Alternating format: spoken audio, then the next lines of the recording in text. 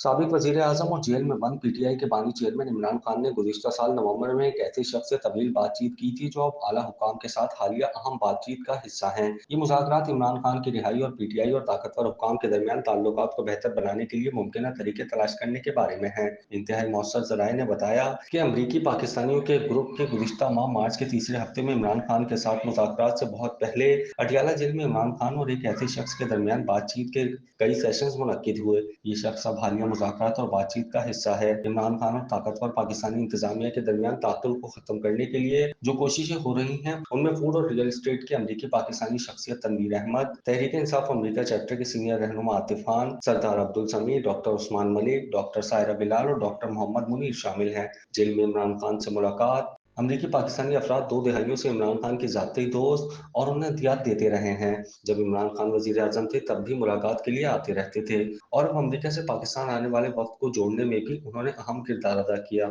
सराय के मुताबिक खैबर पख्तूनख्वा के 3 सीनियर रहनुमाओं ने इमरान खान को यकीन दिलाया कि लाखों लोग इस्लामाबाद पर धावा बोल देंगे और पीटीआई की शराइत पर इमरान खान को रिहा किया जाएगा। इस वक्त बुशरा बीबी इस पूरे मंजरनामे में शामिल नहीं थी और उनकी शमूलियत के हवाले से भी कोई फैसला नहीं हुआ था। इमरान खान इस मार्च की कामयाबी के लिए इस कदर पुरुम्मीद थे कि उन्होंने अमरीकी पाकिस्तानियों के साथ मुज़ाकरात खत्म करने का फैसला किया था। क्या आप कारोबार की तशहीर चाहते हैं या सोशल मीडिया प्लेटफॉर्म मैनेज कराना चाहते हैं? तो देर कैसी, अभी राब्ता करें ओनली न्यूज़ की टीम से। हमारा कॉन्टैक्ट नंबर आपकी स्क्रीन पर है।